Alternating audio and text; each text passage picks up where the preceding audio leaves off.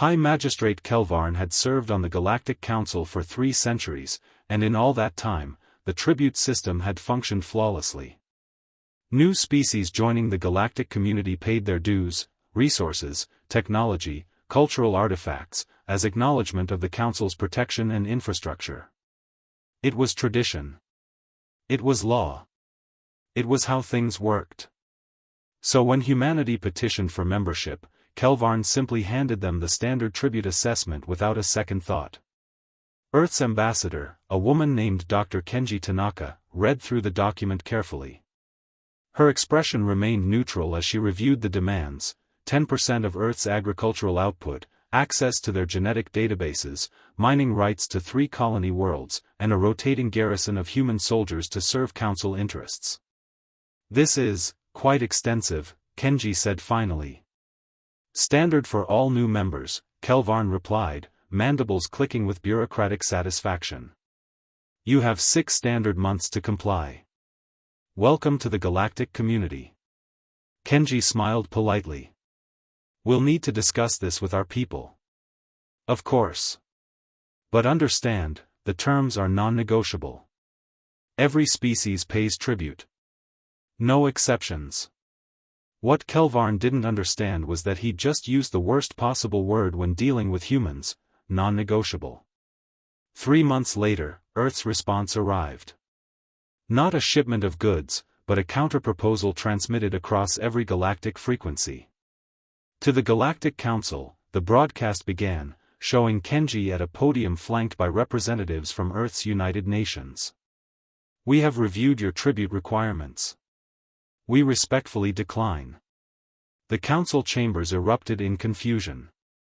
"However," Kenji continued, "we understand you provide valuable services to member species. Therefore, we propose a different arrangement, a mutual trade agreement with fair market rates, joint research partnerships with shared benefits, and cultural exchange programs. We've attached a detailed proposal for your consideration." Kelvarn's response was swift and condescending. "You misunderstand your position. This is not a negotiation. Pay tribute or face sanctions." Earth's reply came within hours: "We don't pay tribute. We trade, we cooperate, we partner. But we don't kneel." Sanctions noted and accepted. The Council implemented sanctions immediately: trade embargoes, travel restrictions, exclusion from galactic infrastructure. They expected Earth to capitulate within weeks, as previous resistant species had. Earth didn't capitulate. Earth adapted. Within a month, human traders had established direct relationships with individual species, bypassing Council channels entirely.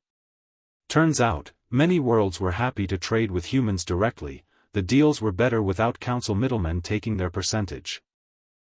Within 3 months, human colony ships had established independent trade routes, creating an entire economic network parallel to Council infrastructure. Species that had paid tribute for centuries suddenly had options. Within 6 months, 17 species had quietly approached Earth about alternative arrangements. Kelvarn watched in growing horror as the carefully maintained tribute system began to crack. The problem wasn't just that humans refused to pay, it was that they'd made refusing look viable. Profitable, even. "They're undermining the entire structure," Councillor Vex then observed. "Other species are questioning why they pay tribute when humans thrive without it." The disaster truly began when the Draxian Confederation, one of the Council's oldest tribute-paying members, formally announced they were transitioning to the human model of mutual trade agreements. Panic swept through Council chambers. If Draxia left the tribute system, others would follow. The entire economic foundation of Council power would collapse. Kelvarn called an emergency session. "We must force Earth to comply." "Make an example." "With what?" Councillor Miraeth asked quietly. "Military action? We'd lose half our member species if we attacked humans for refusing to be exploited." "Economic pressure? They've already built around our sanctions. They don't need us, Magistrate. We're discovering we might need them." The truth was devastating. Humanity had done the unthinkable, they'd succeeded outside the system. And in doing so, they'd revealed that the tribute system only worked because no one had seriously challenged it before. 3 months after the Draxian announcement, 47 species had renegotiated their council relationships into Earth-style partnerships. The tribute system, unchanged for millennia, crumbled in less than a year. Kelvarn found himself doing the unthinkable, requesting a meeting with Earth's ambassador. Kenji arrived with the same polite smile she'd worn at their first meeting. "Magistrate. How can I help you?" "The council." Kelvarn struggled with words he'd never expected to say. "The council would like to discuss renegotiating our arrangement with Earth." "Of course," Kenji replied warmly. "We'd be happy to establish a fair trade partnership. No tribute required, just mutual respect and equitable exchange. The other species are welcome to the same arrangement. Humanity believes in lifting everyone up, not extracting from those below us." She paused. "You taught us something valuable, Magistrate.